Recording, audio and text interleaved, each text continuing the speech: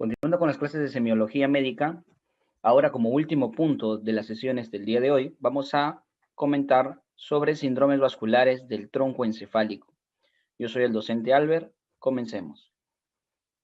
Antes de hablar de cada uno de estos síndromes, quisiera hacer o realizar un pequeño esquema de qué estructuras anatómicas se encuentran en el tronco encefálico.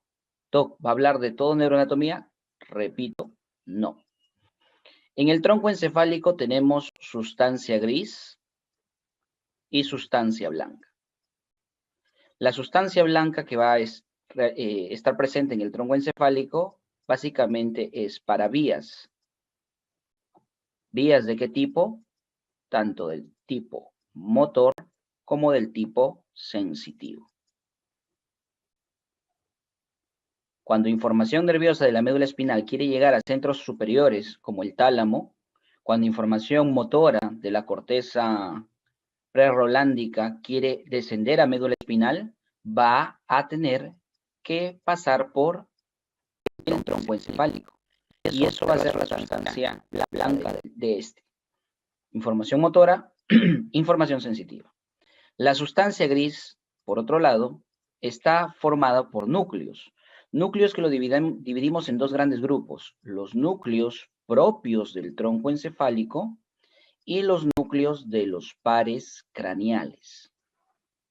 Núcleos propios y núcleos de los pares craneales. Dentro de los núcleos propios, un sinnúmero de estos, varios.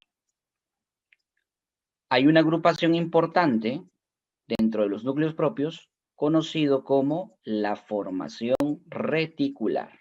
Listo, acabé con el gráfico.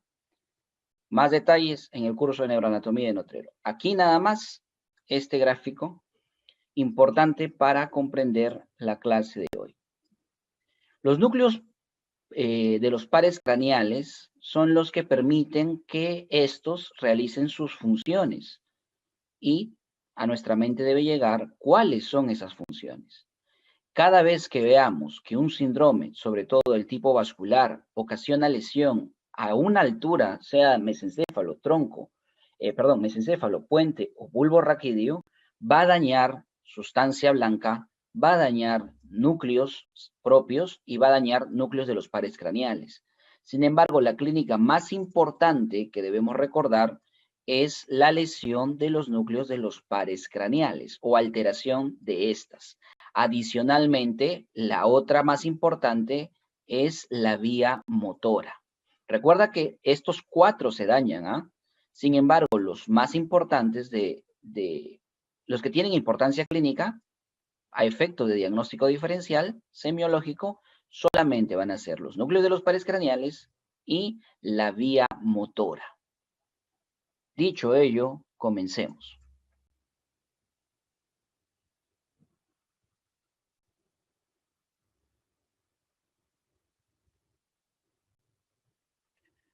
Primero vamos a estudiar los síndromes mesencefálicos.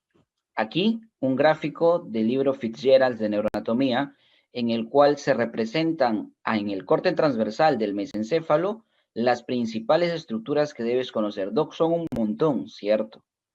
Repásalas, revísalas, recuerda.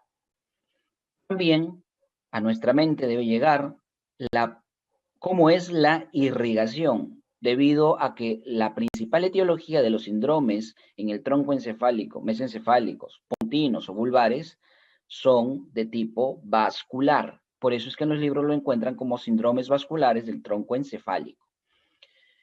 En resumen, la arteria principal de irrigación del tronco encefálico es la basilar, y de ella van a salir diferentes ramas. Una de las ramas finales es la arteria cerebral posterior, de la cual se ha discutido en la sesión anterior.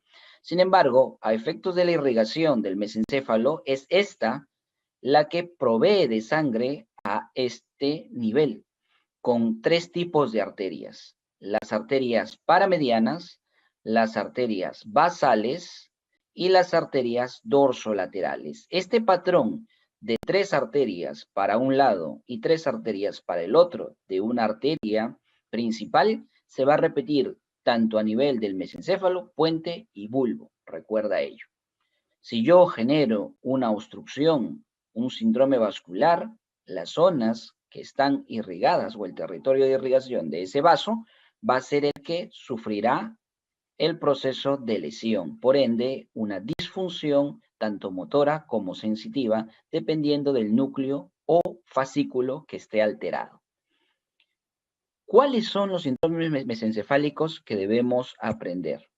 Aquí, un gráfico del corte de mesencéfalo, ya sin tantos nombres, que es la consolidación tanto de la parte morfológica como de la parte vascular, para entender lo que vendría a ser estos síndromes. Primero, síndrome de Benedict, también conocido como síndrome mesencefálico paramediano. Mejor suena así, ¿verdad? En vez del epónimo, el nombre anatómico o nombre común, síndrome mesencefálico paramediano. Eso te dice que la alteración está en la rama paramediana, por ende, el territorio comprometido es el que se indica con el puntero. Aquí lo colocamos y lo resaltamos. Síndrome de Benedict, zona afectada. La arteria paramediana del lado derecho. ¿Qué clínica va a traer? Vemos afectación de esta zona que se llama pedúnculo cerebral, de forma rápida, pedúnculo cerebral, movimiento, vía motora, la piramidal está lesionada. Núcleo rojo, control motor, ¿sí? También hay un control extrapiramidal lesionado. Y por esta zona que estoy señalando, se da la salida de los nervios del tercer par craneal, como pueden ver aquí. Entonces va a haber una lesión de los nervios del motor ocular común del mismo lado. El síndrome de Benedict cursa con zonas afectadas de rojo, las principales, pueden haber otras, pero las principales son estas tres. El nervio, es decir, las fibras del motor ocular común del mismo lado, que al ser lesionadas van a ocasionar una parálisis de los músculos que mueve este nervio oculomotor común. Del mismo lado, una parálisis ipsilateral. Va a haber también lesión del pedúnculo cerebral, la zona anterior, por ende va a haber una hemiparesia contralateral. Doc, pero si la lesión del pedúnculo cerebral es derecha, ¿por qué va a haber una hemiparesia o incluso hemiplegia del lado izquierdo? Porque estas fibras, recuerda que más abajito, en el bulbo, decusan y se mueven casi en el 90% hacia el otro lado, para el control motor del lado contrario. Por ende, si están lesionadas a este nivel, lo que se afecta es el lado contralateral.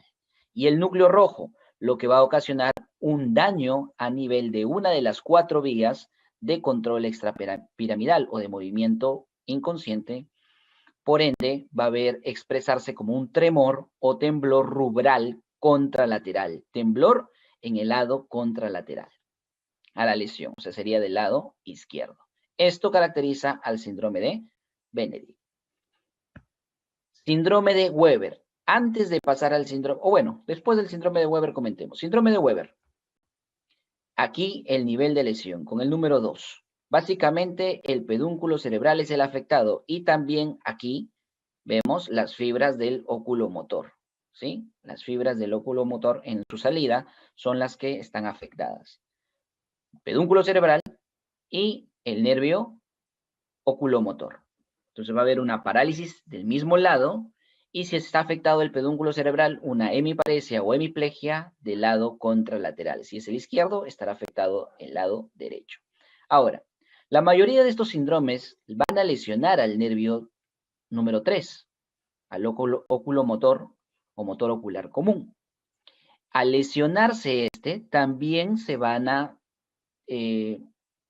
lesionar las vías parasimpáticas que van hacia la órbita. Por ende, las funciones en el globo ocular de tipo simpática van a estar potenciadas. Vemos esto. Dicho de otra manera, el nervio número 3 lleva información no solo motora, sino información de tipo parasimpática. Si yo lo lesiono, no va a llegar esa información parasimpática al globo ocular del mismo lado. Por ende, en el mismo lado va a haber una hiperinervación simpática. ¿Cómo se va a expresar eso? El lado afectado va a tener una midriasis, la pupila va a estar dilatada, va a haber una ptosis palpebral. ¿correcto? Va a haber una ptosis palpebral, pequeña, por falta de inervación del 3, esto que vendría a ser por el músculo elevador de los párpados. Va a estar alterada su inervación, entonces va a caer. Bien, el síndrome de Parinaud, este síndrome, el nivel de lesión está aquí. Conocido también el síndrome de Parinaud como el síndrome mesencefálico dorsal. Mesencefálico, dorsal significa hacia atrás. La zona posterior del mesencéfalo es la afectada. ¿Cómo se llamaba el de Benedict?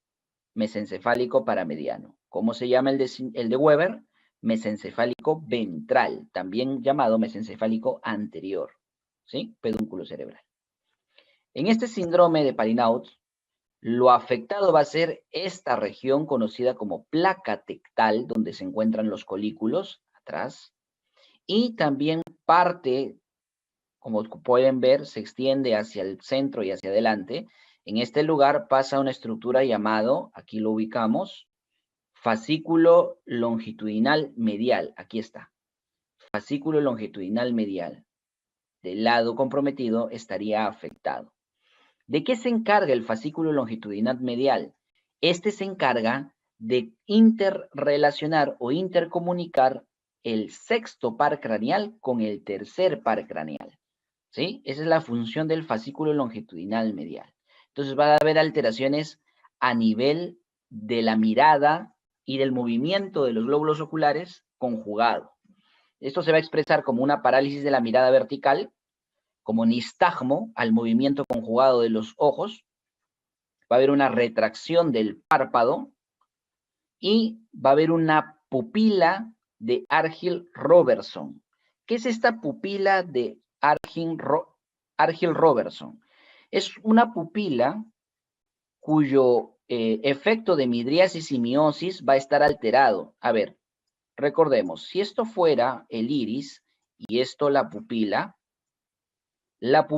se va a achicar si yo estimulo con luz, ¿verdad? Y la pupila va a cambiar la dimensión, va a ser miosis o midriasis según yo esté observando un objeto que se acerca o se aleja. Entonces, esos fenómenos que tiene la pupila para el acercar y alejar objetos se llama acomodación de la pupila. Y si yo la estimulo con luz y se achica, quito la luz y se agranda, eso se llama reflejo fotomotor de la pupila. Lo normal es que los dos estén preservados o que los dos estén abolidos. En este caso, como hay una alteración a nivel de la coordinación de los músculos, de los pares craneales oculomotor y del sexto par craneal, va a haber una alteración también justamente del movimiento de esta pupila. ¿Por qué?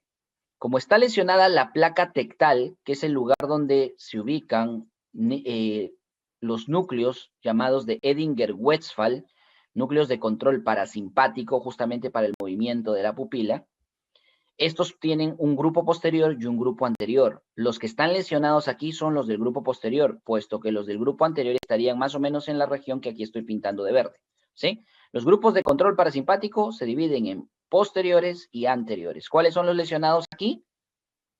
Apúntalo, placa tectal, núcleos de Edinger-Westphal, posteriores.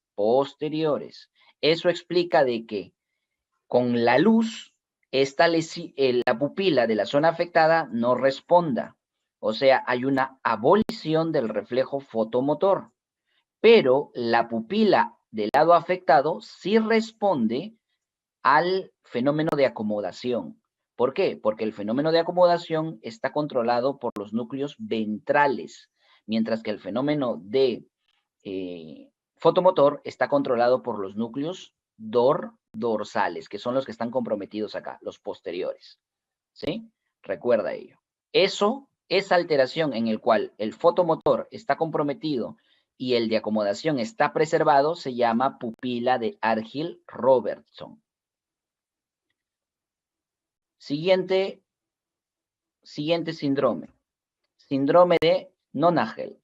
Este síndrome, aquí tenemos el territorio afectado, se parece mucho al de Parinaud, se parece mucho, sin embargo no tiene ese compromiso del fascículo longitudinal medial, ¿Listo? Solamente la parte posterior. ¿Qué encontramos en esta parte posterior? Los colículos superiores, que son estas protuberancias que ves ahí, y los pedúnculos cerebelosos superiores en su parte inferior. El pedúnculo cerebeloso superior e inferior están ingresando por ese lugar las vías de propiocepción inconsciente, que van a permitir regular procesos de coordinación de movimientos. Bien, entonces cuando yo tengo incoordinación de estos, a eso le llamamos ataxia, clase desarrollada por el docente Ken. Revisa su clase, ataxia.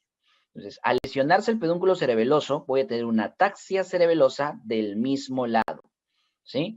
Y al lesionarse los colículos, voy a tener una parálisis oculomotora ipsilateral o también, debido a cuál sea el nivel de la lesión, bilateral. Para el último síndrome que vamos a discutir, síndrome mesencefálico, es el síndrome de Cloud. En este síndrome vamos a ver afectación de la zona central y lateral del mesencéfalo, ¿sí? La zona central y lateral del mesencéfalo. Aquí dos son las zonas afectadas. El nervio 3, que viene desde aquí y sale, esas fibras, como puedes notar, estas fibras del 3 están alteradas. El núcleo rojo también, y parte de la sustancia blanca, pero lo principal es estas fibras del tercero y el pedúnculo, el núcleo rojo, ¿sí? El núcleo rojo. En cuanto al tercer par craneal que vamos a tener, una parálisis ipsilateral del mismo lado, del lado comprometido, y con respecto al núcleo rojo y también pedúnculo cerebeloso superior, vamos a ver una ataxia de tipo contralateral. Mira la diferencia. Mientras que en non-Ángel es ataxia del mismo lado, aquí va a haber una incoordinación de movimientos, pero del lado contrario a la lesión. Si la lesión es en la izquierda, la incoordinación va a ser en la de derecha. Síndromes pontinos, la misma forma de abordar. Lo primero que vamos a discutir o presentarles es cuáles son las estructuras anatómicas que deberíamos conocer hasta este punto, cómo se da la irrigación. Recuerda, de una arteria principal sale un ramo paramediano, un ramo basal y un ramo dorsolateral. Así se repite esto. Este patrón se repite. Por ende, los síndromes que vamos a estudiar aquí son simplemente 3. Este es un gráfico, un esquema de la fusión de estos dos para poder señalar el territorio comprometido. En el caso del síndrome de Miller-Gubler, vamos a ver comprometida la zona anterior del puente, ¿sí? A esto se le llama afectación ventral, por ende se conoce como síndrome pontino ventral, síndrome de Miller-Gubler. Aquí, ¿qué va a haber? Mira, estos circulitos que ves aquí, revísalo en el gráfico, son el tracto córtico espinal. ¿Eso qué te traduce? Movimiento. Tracto piramidal o córtico espinal. Va a estar la mitad de ellos, la mitad lateral, lesionados.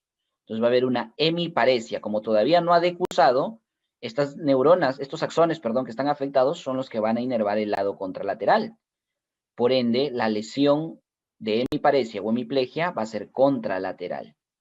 Bien, en cuanto a afectación de nervios, por estos lados, por aquí, sale el sexto y el séptimo par, ¿sí? Los nervios, como puedes notar aquí, ramas del séptimo están saliendo y este que es el del sexto, no se ve su continuación, pero debería continuar por aquí y salir a esta altura, el sexto par craneal. Entonces, esos nervios del sexto y del séptimo estarían comprometidos aquí, así como los tractos piramidales. ¿Qué vamos a tener si está comprometido el séptimo y el sexto del lado izquierdo, como lo hemos ejemplificado acá? Una paresia ipsilateral o parálisis, dependiendo del compromiso, ¿sí? Una disminución de la fuerza o simplemente no hay movimiento del mismo lado. En el síndrome de Marie-Foix, vamos a ver que el compromiso se da de la parte posterior y lateral del puente o protuberancia. Aquí va a estar comprometidos los núcleos o estructuras de este lado. ¿Cuáles serían las más importantes? Estas 5 que te presento. Esta podrías no tomarla en cuenta. Sin embargo, 4 son importantes y una vendría a ser la quinta que define el síndrome. En el caso de la primera, tracto espinotalámico lateral, en el gráfico lo vas a encontrar como lemnisco espinal, ¿sí? No lemnisco lateral, esto es vía auditiva. Lemnisco espinal, ¿sí? Apúntalo. Eso es el tracto espinotalámico lateral. Y es la información que viene ya cruzada del tacto y, de la temperatura y dolor que decusaba en el segmento medular, que está subiendo. Entonces, si yo la veo afectado este lugar, la zona que ha dejado de enviar información al cerebro es la zona contralateral. Por ello, hay una pérdida de dolor y temperatura contralateral. Pedúnculos cerebelosos afectados. Aquí atrás, el medio, que es este, y el inferior, que está a este nivel. Pedúnculo cerebeloso medio y pedúnculo cerebeloso inferior. Al estárseles lesionados el pedúnculo cerebeloso inferior, va a haber una ataxia. Y esta ataxia va a ser del mismo lado, ipsilateral. Núcleo espinal del trigémino. El trigémino, en realidad aquí tendrías que sumarle otro más, ¿sí? Me he dado cuenta ahora de que falta uno. Núcleo espinal del trigémino y núcleo motor del trigémino. Esos dos son los que están lesionados. El núcleo espinal del trigémino se encarga de sensibilidad, pero no de cualquiera, sino de dolor y temperatura, ¿sí? Si lo lesiono, entonces este dolor y temperatura no van a captarse a nivel del mismo lado. Igual, el otro núcleo es el núcleo motor del trigémino, el que se encarga de movimientos de masticación. Al estar lesionado, va a haber una disminución de la contracción de los movimientos de masticación. Principalmente se va a notar a nivel del macetero, ¿sí? Y si esto cronifica, con ello va a venir una atrofia del músculo macetero. Va a parecer que la zona afectada, la zona de la mejilla o carillo, va a estar disminuida en volumen, como si se hubiera chupado, por atrofia del músculo macetero. Zonas también afectadas, justamente aquí atrás y de forma lateral, los núcleos vestíbulo-cocleares. Por ello, esto se va a expresar como vértigo, nistagmo y pérdida de audición del mismo lado, ipsilateral. Y fibras simpáticas que no están mencionadas aquí, que van a ocasionar síndrome de Horner de tipo ipsilateral. Recuerda que un síndrome de Horner se caracteriza por tres cosas: anhidrosis, caída del párpado, también llamada ptosis palpebral, y miosis. Tres cosas: anhidrosis, caída del párpado y miosis. Último síndrome, el síndrome de Foville, también llamado en los libros síndrome de Foville inferior. Esta zona es la afectada. Mira, justamente coinciden aquí con los tres tipos de arterias. Cuando se lesiona la arteria paramediana, te da el síndrome de Foville. Cuando se lesiona la arteria basal, te da el síndrome de Millar-Gubler. Y cuando se lesiona la dorsolateral, te da el síndrome de Marie-Foix. En el síndrome de Foville, vamos a ver lesionados la otra parte de los tractos piramidales, por ende va a haber una hemiparesia contralateral. Nervios lesionados, el nervio 7 y el nervio 6, pero en su parte posterior, aquí tenemos el 6 y el 7, 6 y este arco que forma o rodilla que forma el 7 van a estar lesionados. También el núcleo del sexto, ¿sí? Comprometidos 6 y 7. Por ende va a haber una paresia ipsilateral. Y también en la zona central y posterior, aquí, el fascículo longitudinal medial. ¿De qué se encargaba? De esa coordinación entre el sexto y el tercer par craneal. Este fascículo longitudinal medial, cuando se lesiona a este nivel, va a dar una clínica llamada oftalmoplejía internuclear ipsilateral. Y tú dirías, what pulpinsi fruchicola? Tradúzcamelo eso porque yo no soy neurólogo. Recién estoy llevando medicina general. Muy bien. Esto es sencillo, mira, chico. Imagínate que estos son tus ojitos. ¿Listo? Aquí está tu pupila, tu pupila. Muy cercanos están. Bueno. Ya está. El paciente que tiene el síndrome de Foville, yo le voy a pedir que mire hacia un lado. Puede ser a la derecha o a la izquierda. ¿Eh? Puede ser a la derecha o a la izquierda. Porque yo no sé todavía si tiene el síndrome de Foville. Entonces, si yo estoy sospechando, mira, el paciente tiene una paresia ipsilateral del nervio 7. Es decir, hay una caída de la musculatura, una parálisis facial que va a ser evidente, ¿no? Imagínate que el paciente viene con una parálisis facial izquierda. Toda la hemicara izquierda está paralizada, no la puede mover. Entonces tú vas a indagar, ¿por qué será esta parálisis facial? Como es completa, definitivamente central. Más preocupante aún, si está completa, esta parálisis facial, periférica, ¿sí? Lapsus, lapsus. Si está completa, esta parálisis facial es periférica, por ende está dañado no el núcleo del facial, ni una vía anterior, sino el nervio del facial. ¿Listo? Ahora, le pides al paciente que mire hacia un lado, ¿sí? Al lado no afectado, ¿sí? Al lado no afectado. Como ya ves que el lado afectado de parálisis es la izquierda, tú le dices, señor, mire a la derecha, le pones tu dedito, mire acá el dedito y lo mueves hacia la derecha. ¿Qué va a hacer el paciente? ¿Qué van a pasar con los ojitos del paciente? El globo ocular derecho, que es el no afectado, lo que va a hacer es justamente seguir el objeto. Y el globo ocular izquierdo del lado afectado no se va a mover, ¿sí? O se va a mover, pero muy ligeramente, casi ni se mueve. Y como si el izquierdo jalara al derecho, el derecho va a intentar regresar a la posición central, pero con el estímulo que tú le estás pidiendo al paciente que vea, va a retornar. Y va a ser un movimiento de va y viene, ¿sí? Como que tiembla de un lado para otro. Eso va a ser el ojo, eso se va a hacer un nistagmo horizontal, va a ser esto. Entonces, no vayas a pensar que cuando hace esto el ojo, hay un problema del lado derecho. ¿Ah? Esta clínica en el síndrome de Foville, tú ya tienes una hemiparesia o paresia del mismo lado del nervio facial, ¿sí? Además, como hay el tracto piramidal está afectado, la zona derecha del paciente ha perdido movilidad o ha disminuido la fuerza de miembro superior derecho y miembro inferior derecho, ¿sí? Sumado a esto, le haces el estímulo de la mirada conjugada hacia un lado, hacia el lado contrario de la lesión facial, o al mismo lado de la lesión motora del hemicuerpo, y el globo ocular de la lesión motora se va a mover en nistagmo, y el otro no se va a mover. Esto de aquí es una oftalmoplegia internuclear ipsilateral. El globo afectado no es este, ¿ah? El globo afectado es este, el que no se movió. Por eso se dice ipsilateral. Como este es el afectado, la lesión va a ser de la zona izquierda. Entonces tú ya tienes el diagnóstico. Esto es un síndrome de Foville izquierdo. ¿Sí? Listo. Síndromes bulborraquídeos, también mal llamados síndromes medulares. ¿Sí? Mal llamados síndromes medulares. Aquí te presento la parte de las estructuras que debes conocer en este gráfico del bulbo raquídeo en una sección. Estos son las pirámides. Todavía no se da la decusación. La decusación se da en el bulbo, cierto, pero más abajo. Este no es el nivel todavía. No estamos en ese nivel. Y también te presento la parte de la irrigación, con una rama paramediana, una rama basal y una rama dorsolateral.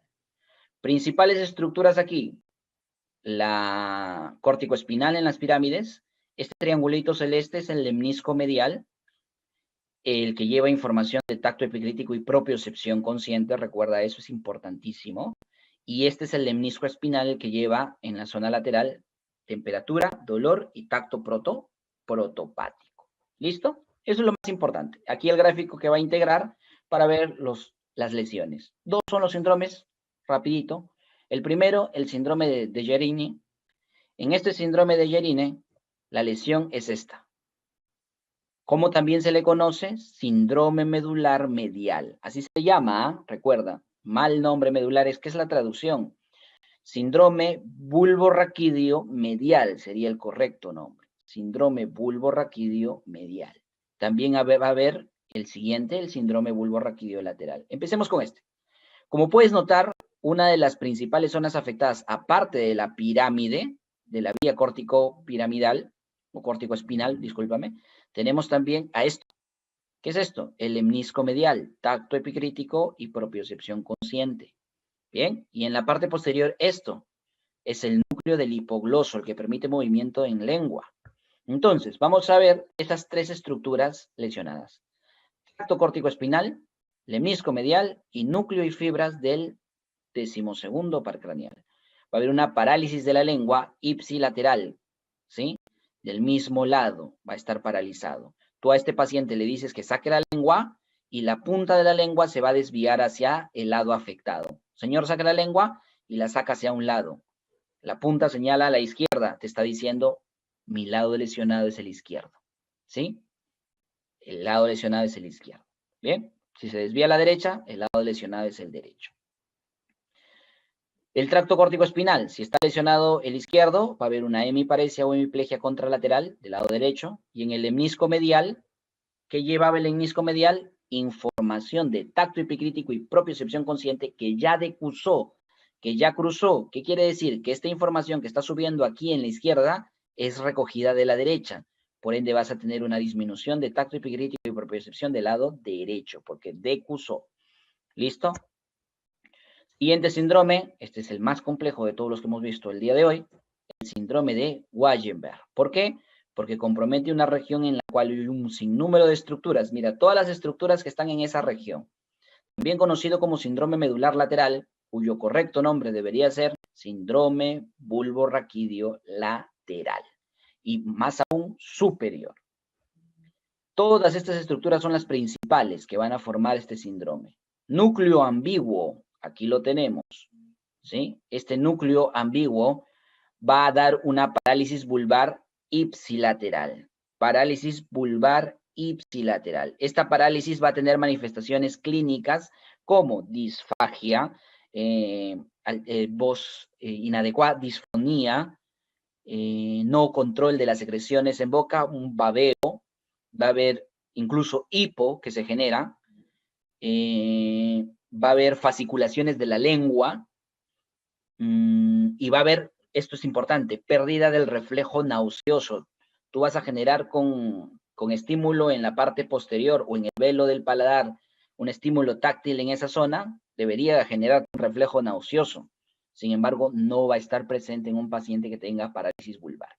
¿Sí? ¿Por afectación de quién? Del núcleo ambiguo. Y va a ser del mismo lado. Núcleos vestibulares que también están presentes en esa región van a generar nistagmo y vértigo ipsilateral. Esa sensación de que está todo moviéndose del mismo lado. Tracto espinotalámico lateral. ¿Quién es el tracto espinotalámico lateral? El lemnisco espinal. Es lo mismo, ¿ya? Lemnisco espinal. De la zona afectada va a estar comprometido. ¿Y qué te lleva a eso? Dolor y temperatura del lado contrario porque ya decusó abajo. Núcleo espinal del trigémino. El trigémino tiene 4 núcleos.